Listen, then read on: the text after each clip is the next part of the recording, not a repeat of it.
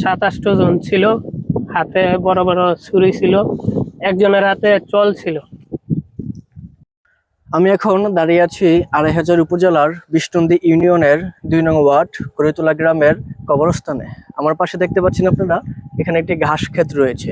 বিষ্ণুন্দী ইউনিয়নের ভিতরে আমাদের এই করিতলা গ্রামের কালবাট, চালাকচর কালবাট রোডটার মধ্যে প্রতিনিয়ত ডাকাতি হয়, এটাই আমরা জানি, সবাই এটি জানে। অথচ এই জায়গা থেকে ডাকাতি বন্ধ করা সম্ভব হয়নি। এই যে আমার পাশে দেখতে পাচ্ছেন একটি ভুক্তভোগী, তিনি দুবাই প্রবাসী। গত মাসের ২৫ তারিখে তিনি বাড়ি যাচ্ছিলেন আমাদের এই পথ ধরেই। ওনার বাড়ি হচ্ছে বাঞ্ছারামপুর থানায়। এই পথ ধরে যাচ্ছিলেন রাত ৩:৩০টায়। ওনার যা কিছু ছিল, পাসপোর্ট ছিল, পাসপোর্টে ভিসা ছিল, সবকিছু ডাকাতের কবলে পড়ে ওনাকে হারাতে হয়েছে। আমাদের গ্রামেরই একজন শাহজালাল নবাব, তিনি ভিডিও করে ফেসবুকে দিয়েছিলেন, আমরা অনেকে দেখেছিলাম এটি। তো উনি আজকে আমাদের সাথে যোগাযোগ করেছেন। আমরা সরজমিনে এই খেতে এসে আমরা খোঁজাখুঁজি করার পরে আমি এখানে দেখতে পাচ্ছি ওনার নাম হচ্ছে আমিন। একটা আইডি কার্ড পাওয়া গেছে, ওনার কোভিড-19-এর যে টিকা নিয়েছিলেন সেটির একটি কার্ড পাওয়া গেছে এবং 4টি সিম পেয়েছি আমরা। এর মধ্যে 2টি হচ্ছে বিদেশি সিম, 2টি হচ্ছে আমাদের বাংলাদেশি সিম। তো এই যদি হয় ভাই ঘটনা, তাহলে কি আমাদের এই বিষ্ণুন্দী ইউনিয়ন থেকে কখনো কি ডাকাত দূর হবে না? প্রশ্ন রয়ে গেল। ভুক্তভোগীর কাছ থেকে আমরা জানবো বিস্তারিত কি হয়েছিল সেদিন রাতে। ২০ তারিখে দুবাই থেকে আসছি আমি রাত ৩টার দিকে। আপনি বলেন। ৩টার দিকে আসছি, তো এইখানে আপনার ২৫০০ মোড়া আসানা বাজার, ওইখানে পুলিশ ছিল, পুলিশের সিএনজি ছিল। তো ওনাদেরকে আমি বলছি, ড্রাইভার বলছে সামনে কোনো সমস্যা আছে কিনা। তো তারা বলছে কোনো সমস্যা নাই, আমাদেরকে কিছু চা খরচের টাকা দাও, আমরা সেফটি দিব, আজ্ঞায় দিয়ে যাবো কে। তো ড্রাইভার আমার বললো যে ভাই ১০০ টাকা দেন, তারা চা পান খাওয়ার জন্য। এটা কি পুলিশ আপনাকে বলছে সেফটি দিবে? হ্যাঁ, পুলিশ বলছিল আমার। তার বিনিময়ে ১০০ টাকা নিছে?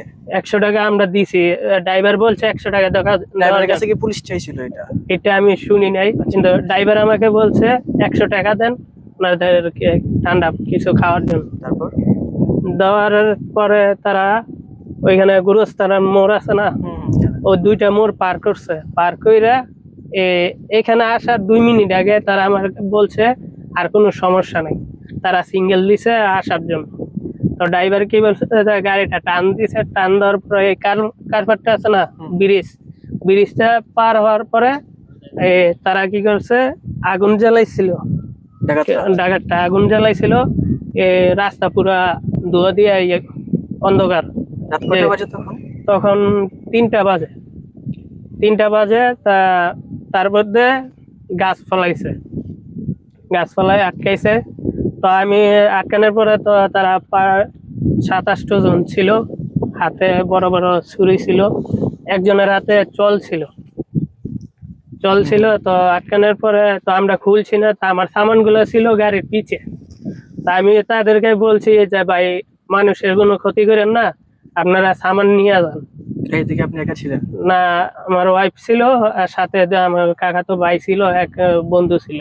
আচ্ছা, পুলিশ কি আপনাদেরকে জালাগান দিয়ে ওইখান থেকে কালভার্ট পর্যন্ত নিয়ে আসছে? কালভার্ট পর্যন্ত না, ওই মোড় পর্যন্ত নিয়ে আসছে, যেখান থেকে আমরা আসছি তালতলা বাজারের আগেই আমাদেরকে ছাইড়ে দিচ্ছে, যার কোনো সমস্যা নাই, যাও। তাহলে আপনি কি দুবাই থেকে ছুটিতে আসছেন নাকি? আমি ছুটিতে আসছি। তাহলে আপনি যে যাবেন, তাহলে আপনার পাসপোর্ট ভিসা কিছুই তো নাই। এখন যদি আমি পাসপোর্টটা কারো হাতে পড়ে, পাসপোর্টটা পাইলে আমি যাইতে পারবো, নাইলে আমি যাইতে পারবো না। যা শুনছিলেন ভুক্তভোগী আমিন, বাঞ্ছারামপুর উপজেলার সন্তান, দুবাই প্রবাসী। তার কথায় আমি হাহাকার দেখতে পাচ্ছি, কষ্ট দেখতে পাচ্ছি, বুকের ভিতরে লুকানো অভিমান দেখতে পাচ্ছি আমাদের এই গ্রাম নিয়ে, এই গ্রামের অবস্থা নিয়ে। আমরা প্রতিনিয়ত দেখি এই রাস্তায় ডাকাতি হতেই থাকে, প্রতিটি গড়ে, প্রতিটি রাস্তায়, প্রতিটি গাড়িতে মানুষ রাতে ভয় পায় এই রাস্তা দিয়ে চলাচল করতে। তাহলে কি প্রশাসন কিছুই করতে পারবে না? প্রশ্ন কিন্তু থেকে যায়।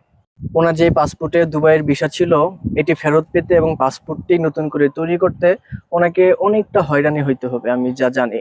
দয়া করে যদি কেউ এই পাসপোর্টটি সামনে পড়ে থাকে, নিকটস্থ থানা অথবা ইউনিয়ন পরিষদে জমা দেওয়ার জন্য সবার কাছে আমি অনুরোধ করছি। এবং যদি সরকারের কোনো উচ্চপদস্থ কর্মকর্তা আমার এই ভিডিওটি দেখেন বা কথাগুলো শোনেন বা ওনার কথাগুলো শোনেন, উনি যদি সরকারি কোনো সহায়তা পেতে চায়, পুনরায় দুবাই যেতে চায়, ওনার সংসারে সুখ ফিরিয়ে আনতে চায়, ওনার যে হাহাকার দেখতে পাচ্ছি সেটা যদি দূর করতে চায়, তাহলে আপনাদের একান্ত সহযোগিতা খুবই খুবই প্রয়োজন। তাই আপনাদের কাছে আমি বিনীত অনুরোধ করব, আপনারা আমিন ভাইকে একটু সহযোগিতা করবেন প্লিজ।